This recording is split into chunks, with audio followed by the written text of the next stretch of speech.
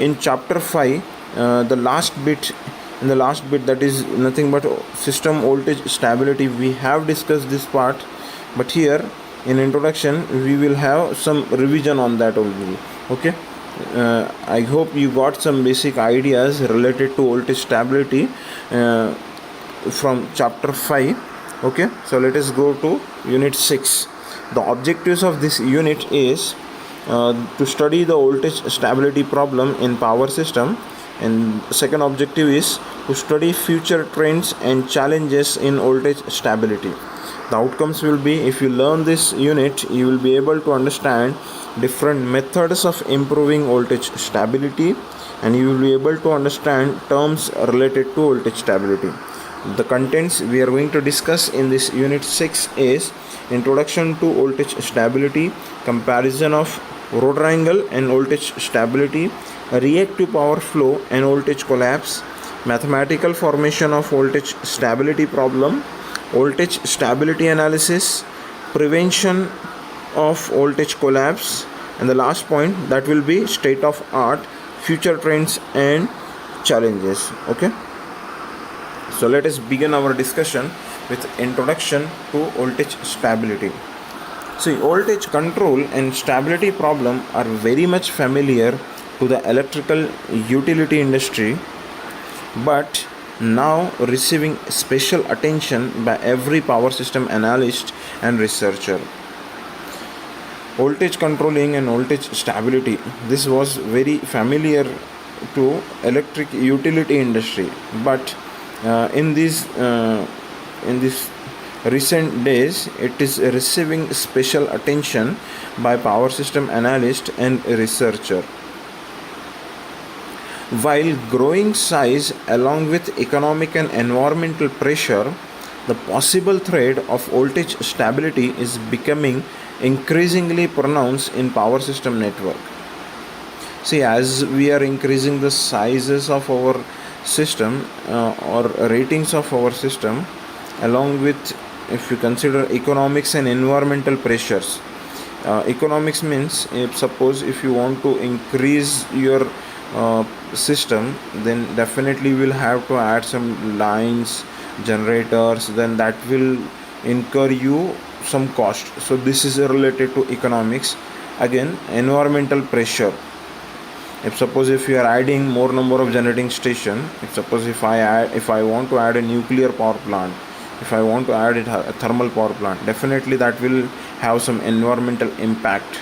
Okay, so because of this, the possible threat of voltage instability is becoming increasingly pronounced in power system network. So if you want to increase or grow your network or your system, then in that particular activity you will come across this term, voltage instability. Okay, in recent years, voltage instability has been responsible for several major network collapse in the world. If you see some network collapses or blackouts throughout the world, mostly the main problem for that network collapse or the blackout was voltage instability. Okay, so next point is research work. R&D organization and utilities throughout the world are busy in understanding, analyzing and developing newer and newer strategies to cope up with this hazard of voltage instability or voltage collapse. This menace is nothing but hazard or danger of voltage instability or voltage collapse.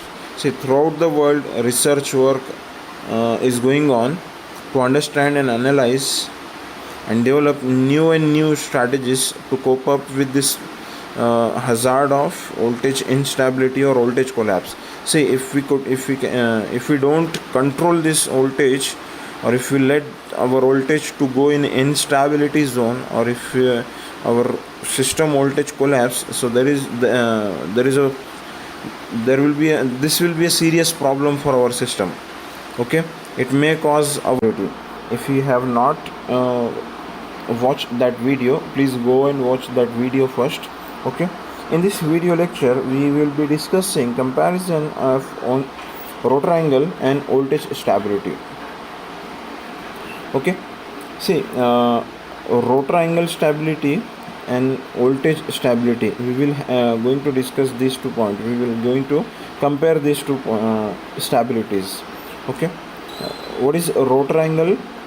It is the angle between stator magnetic field and rotor magnetic field. This angle between these two magnetic field is basically termed as a rotor angle. Okay, so this angle must be, again, it must be within the specified limit. The variation in this angle will be there if suppose one of the generating station is at very remote location, and if you want to integrate that generating station into your system or into your grid, then in that case you may come across the problem of rotor angle stability. Okay, so I with some assumption that you know in detail what is rotor angle stability, because this point is already discussed in your previous power system subtopics. Okay, so here let us start, or let us begin the discussion assuming that you know what is rotor angle stability, and yes, of course, we have discussed what is voltage stability. Okay, so as the power system becoming overstressed on account of economic and resources constraint, on addition of generation, transformer, transmission line and allied equipment, the voltage instability has become a serious problem. Therefore, voltage stability studies have attracted the attention of researcher and planner worldwide and is an active area of research. Rotor angle instability is related to real or active power and causes due to limitation on the generations. This rotor angle instability, it is related to real or active power and causes due to limitation on the generation. Similarly, reactive power is central to voltage instability analysis. It is well known that reactive power is responsible for maintaining the voltages in the AC power system.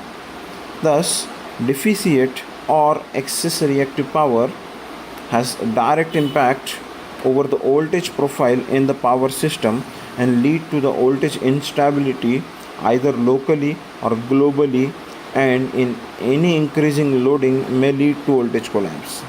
This point we know, we have discussed this in reactive power controlling. If there is a deficiency of reactive power, or if there is the excess of reactive power, this will definitely will have direct impact on our system voltage profile. Okay, again, the other important aspect is the reactive losses in the system, which is growing as a quadratic rise in the load. For example, a 10% rise in load will increase the losses in the network by nearly 20%. That is how loading will affect your system performance. Okay, why? Because reactive power losses or reactive losses in the system, they grow in a quadratic manner. If I increase the load by 10%, then losses in the network will increase nearly by 20%. Also, support from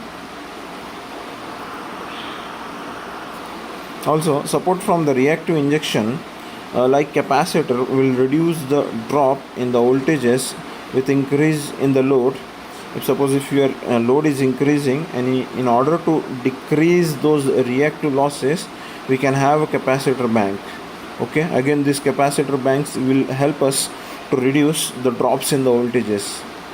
Thus, voltage instability becomes a major concern when the loads are increased, and at threshold of loading and at reactive power losses, the power system reaches voltage instability. See, basically this rotor lecture we are going to discuss reactive power flow and voltage collapse. Okay, certain situation in power system causes problem in reactive power flow which lead to system voltage collapse. A certain situation in power system, there may be a situation in power system that will cause problem in reactive power flow. If suppose the reactance of the line is changing, then in that case reactive power flow will change. Then in that case this condition, this situation may lead to system collapse, system voltage collapse. Some of the situations that can occur are listed and explained below. The first thing we will consider for long transmission line. In power system, long lines with voltage uncontrolled buses at the receiving end creates major voltage problem during light load and heavy load condition. This phenomena is very popular under light load or under no load condition. We know receiving end voltage is more than sending end voltage. This is Ferranti effect.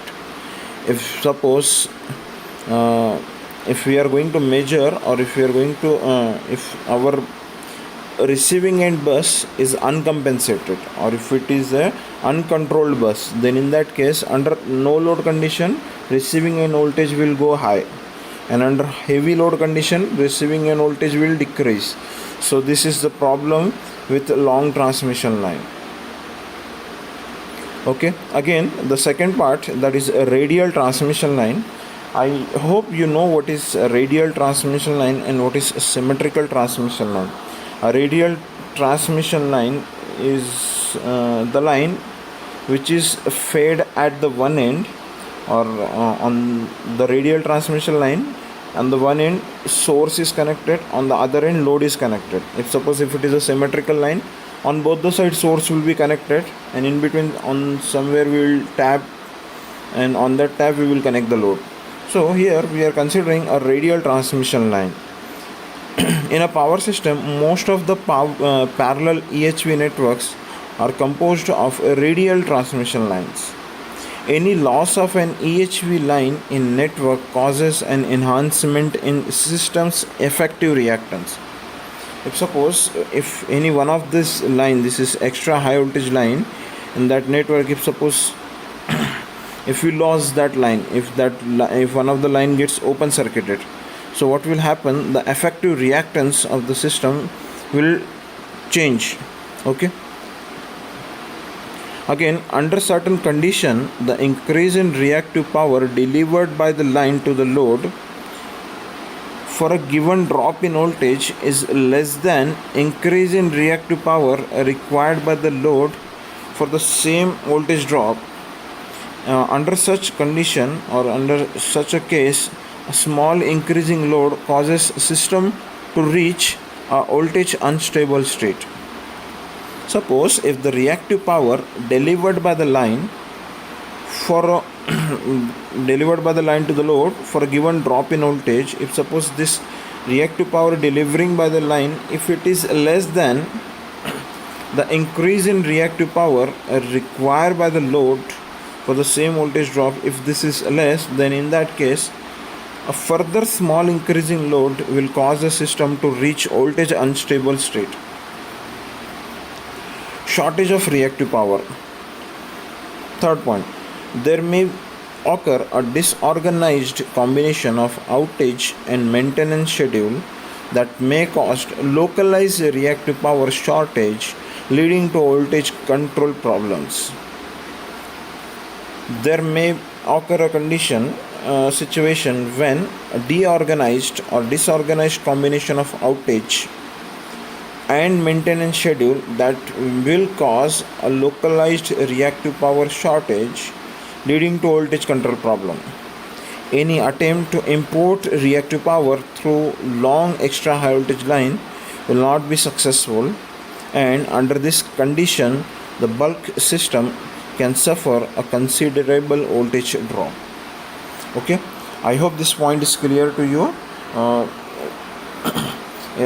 If you like this video, please hit the like button, do subscribe to our channel. In our next video lecture, we will be discussing on mathematical formation of voltage stability. Okay friends, thank you very much.